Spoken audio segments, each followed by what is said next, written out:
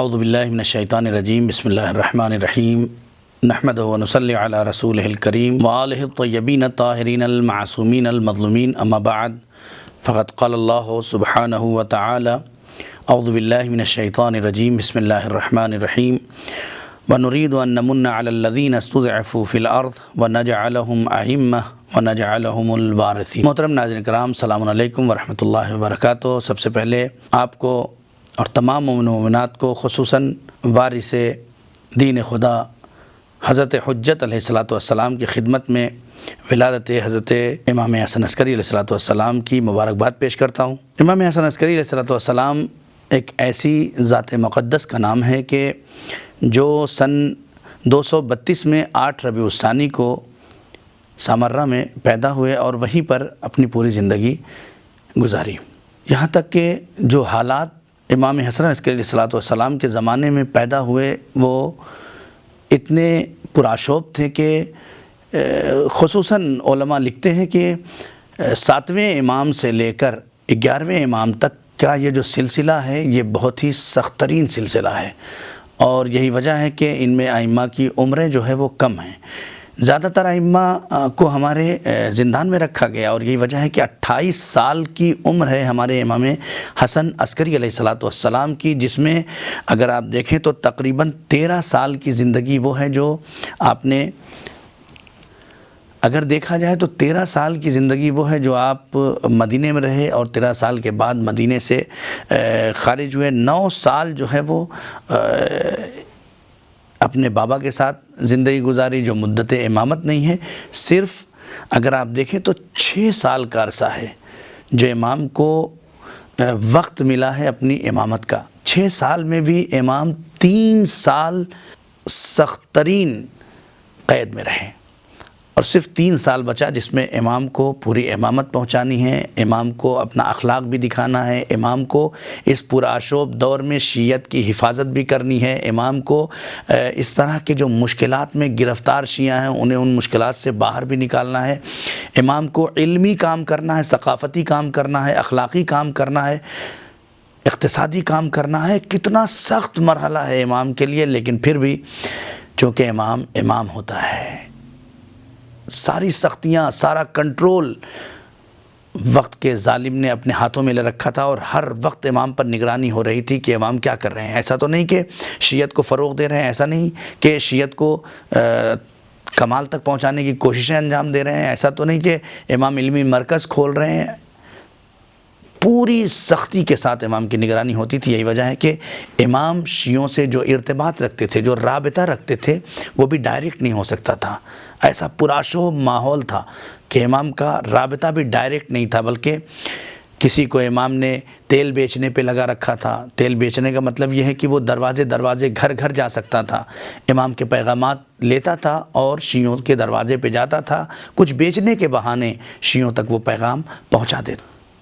حالات اتنے خراب تھے کہ امام اپنے خط اور اپنا نامہ بھی کسی کو اس طرح سے نہیں پہنچا سکتے تھے، لہٰذا امام بعض اوقات جو ہے وہ عصے کے اندر، عصا یعنی ڈنڈے کے بیچ میں رکھ کے ڈنڈا عصا بند کر کے امام حوالے کرتے تھے، اور وہ عصا جاتا تھا۔ اس کے سلسلے میں واقعہ بھی موجود ہے کہ ایک امام کا جو اس طرح سے نامہ بر ہوتا تھا، یا جو امام کا کام کرتا تھا وہ شیعہ،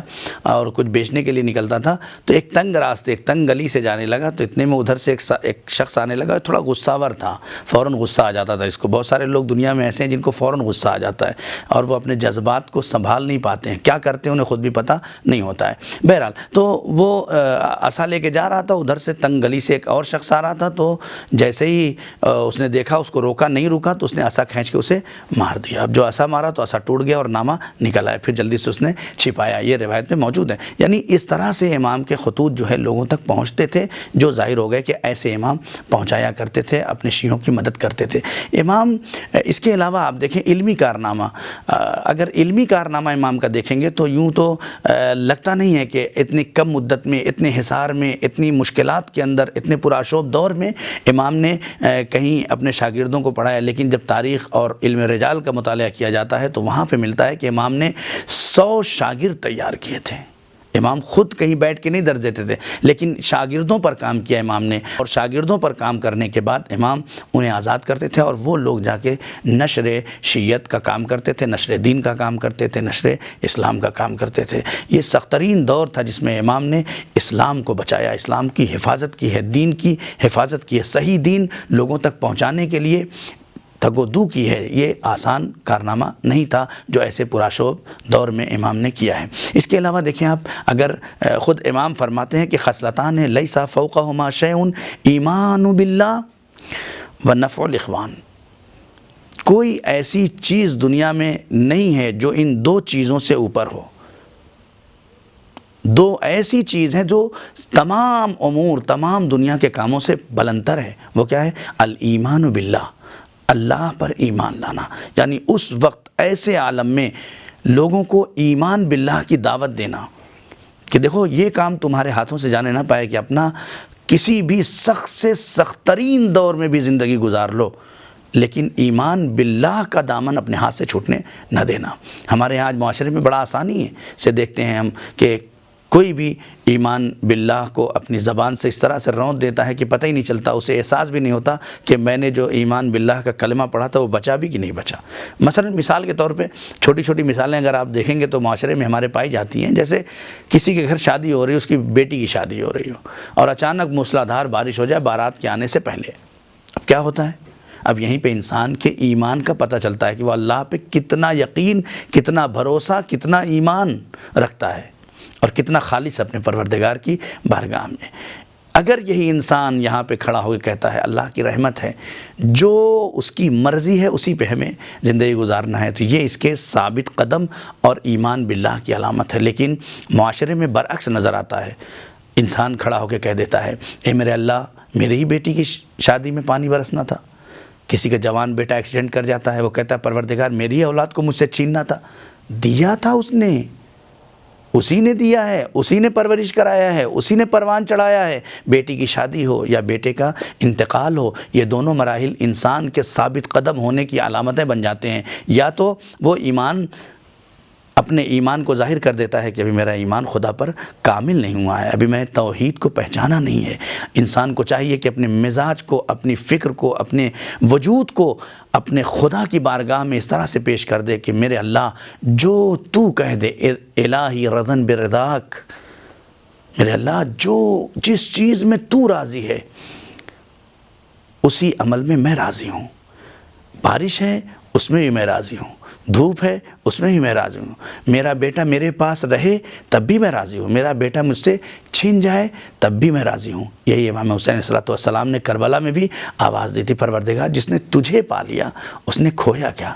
اور جس نے تجھے کھو دیا اس نے پایا کیا۔ یہ ایمان باللہ کی علامت ہے۔ ہم اپنے وجود میں اس چیز کو رکھیں کہ خدا سب سے پہلے ہو، ہمارا مال بعد میں ہو، خدا پہلے ہو، ہماری اولاد بعد میں ہو، خدا پہلے ہو، ہمارا سرمایہ بعد میں ہو، خدا پہلے ہو، ہماری جان خود بعد میں ہو، خدا پہلے ہو۔ جب یہ ایمان انسان کے اندر پیدا ہو جاتا ہے تب جا کے خداوند عالم کہتا ہے عبدی اطعنی اجعلک مثلی، میرے بندے تو میری اطاعت کرتا جا، اب میں تجھے اپنے جیسا بنا دوں گا۔ یہ ہے پہلا مرحلہ کہ ایمان باللہ۔ دوسرا مرحلہ امام فرماتے ہیں کہ وَنَفْعُ الْإِخْوَانِ، اور دیکھو اللہ پہ ایمان رکھ کے صرف مت رہ جانا، بلکہ اپنے برادران دینی، اپنے بھائیوں کی مدد بھی کرو، نفع پہنچاؤ۔ امام نے نہیں کہا کہ مدد کرو پیسے سے مدد کرو، نہیں، وَنَفْعُ الْإِخْوَانِ، اور اپنے بھائیوں کو فائدہ پہنچاؤ۔ فائدہ پہنچانے کے لیے ضروری نہیں کہ میرے پاس پیسہ ہی ہو، فائدہ پہنچانے کے لیے ضروری نہیں کہ میرے پاس مال ہو، فائدہ پہنچانے کے لیے ضروری نہیں کہ میرے پاس کوئی چیز ہو تو میں دوں اس کو فائدہ پہنچاؤں، نہیں۔ امام فرماتے ہیں تم کسی کو روحی سکون دے سکتے ہو، کسی کو جسمانی سکون دے سکتے ہو، کسی کو مسکرا کے فائدہ پہنچا سکتے ہو، کسی کے مدد کر کے فائدہ پہنچا سکتے ہو۔ اللہ نے طاقت دیا ہے تو اپنے بھائی کی طاقت سے مدد کرو، اللہ نے تمہیں شہرت دیا ہے تو اپنی شہرت سے مدد کرو، اللہ نے کوئی منصب دیا ہے تو اس منصب سے مدد کرو، اگر اللہ نے تمہیں علم دیا ہے تو اس علم کے چراغ سے روشنی پھیلاؤ اور اس سے اس کے کو نفع پہنچاؤ۔ اگر تمہارے اندر یہ چیز پیدا ہو گئی کہ ایمان باللہ اور نفع الاخوان کا جذبہ پیدا ہو گیا تو تم اس دنیا میں بھی کامیاب ہو جاؤ گے اور آخرت میں بھی کامیاب ہو جاؤ گے۔ والسلام علیکم ورحمۃ اللہ وبرکاتہ۔